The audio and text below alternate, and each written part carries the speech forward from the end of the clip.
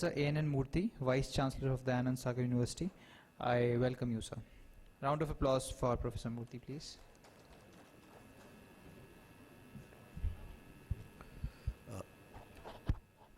Very good evening. I think most of us are looking at the clock.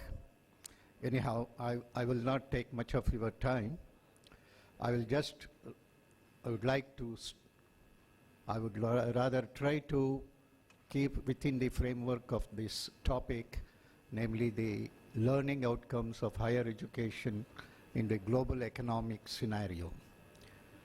If you look at the higher education, it has profoundly changed in the last 2 decades, and we are still to understand the implications of this.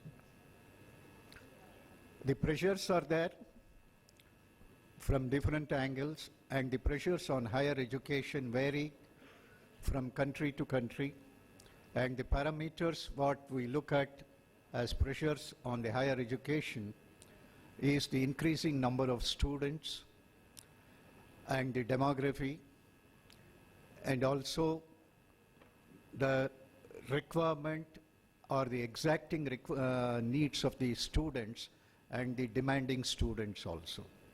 And also the higher education has socio-economic responsibility in the context of that place where it exists. So in order to ensure that, what I feel is we should globally think and act locally to the needs of the place. How do we make use of this in the present scenario where we find there is a resource crunch?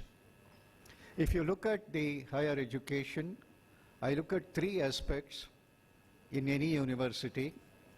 One is the teaching learning process, the other is the research and development or research and innovation, the third one is the entrepreneurship. So most of this university education will cover under these aspects. And what are the resources we are looking for is the faculty required, the human resource, the technological inputs, and the financial resources, of course, the infrastructure. As regards infrastructure, there are quite a good of managements do provide the infrastructure, and we can provide the quality education within the resources available, within the financial resources. But what is the most challenging, this one we are facing today, is the quality faculty available, and also the attrition rate. In order to ensure the best use of this human resource, we must think, can we share these resources as a university consortia? And also, networking of universities within the country and across the globe do help in order to solve some of these issues. In this context, I would like to just put across to you our own experience in Dayanand Sagar University, where we have made collaborative research programs with outside the country or some of the premier universities like Carnegie Mellon and Georgia Tech and other places, where the faculty have come here and we have worked out the plan, and we are going to implement some of these.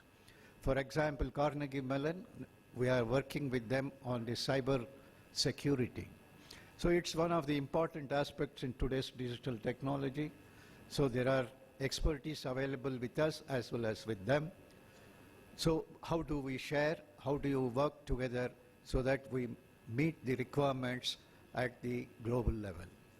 Similarly, we have worked out some twinning programs where a student would study here for 2 years, and 1 year he can go there and spend in the other university and get a joint degree. Or else a student can continue with the same university getting the degree.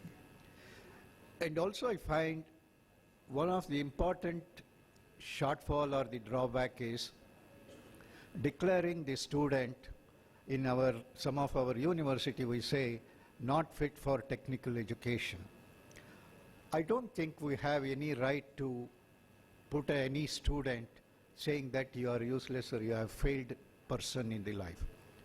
So we must provide a sort of an exit route for the students after he joins the university, how exactly he goes out gracefully and honorably.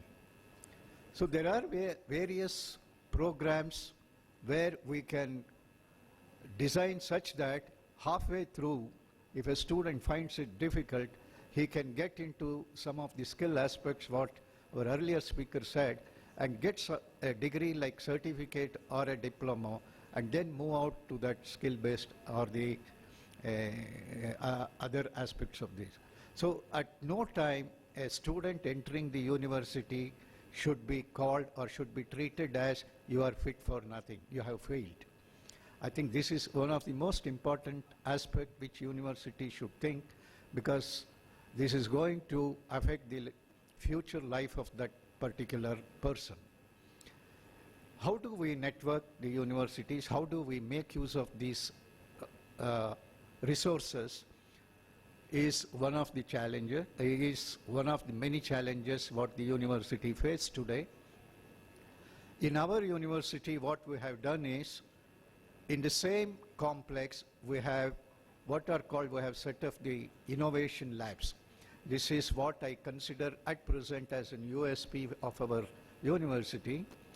We have interacted, we have convinced some of these multinationals where we have set up the innovation labs in collaboration with them, such as with a Autodesk, we have established a maker shop where a person, they have given us 1.2 crores worth commercial-based design softwares, which can be used either for the structural engineering design, or it can be for multimedia, or for the product design. Here, a student can be trained to use this package and apply his knowledge to solve the real-time situation. The research candidate can use this for validating his results, and also the startups or the practicing engineers can come and make use of this resource. Similarly, we have collaborated with Bosch Rexroth, IBM on cloud computing, big data, and the IoT. And we have also on Bosch ETAS for automotive electronics, where our MTech course is designed to meet this automotive sector, and it is totally driven by the industry. Similarly, big data and cloud computing and the IoT is also designed, the entire syllabus, by the industry. By this way, we are trying to make our students to look at what is the state-of-the-art technology as applied, as practiced in the industry across the globe, and see himself where does he fit in, and he can himself identify for that slot and get trained and get into the market. So if you look at our MTech program, which is now in the final year, how we have worked out, at the first year, we have made the syllabus such that he goes through the foundation knowledge, subjects, as well as some of the prerequisites in that particular area, whether it is automotive electronics or IoT. At the end of the second semester, the industry consortia have come and interviewed our students, and the beginning of the third semester now, they have already selected out of 18, 17 students have been selected, and the other 2 students, they are not interested to get into this, so they are on their own. These 17 students, 2-3 industries have taken them, and the entire basket of electives are made in the name of the titles.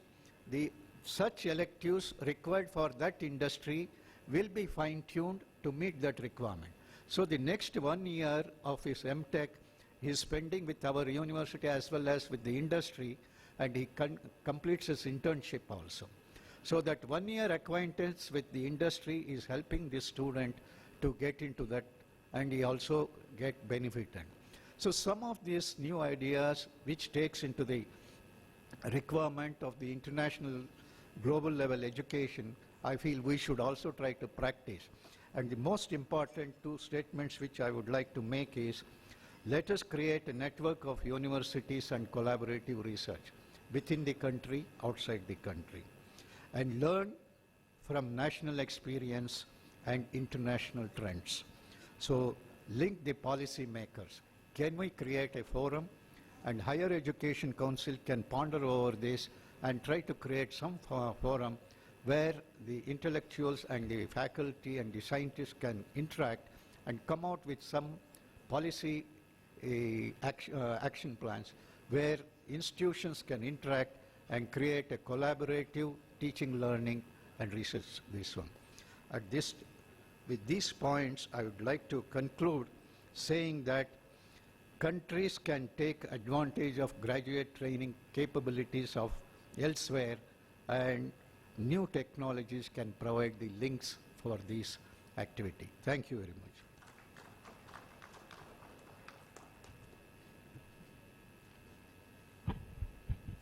Thank you very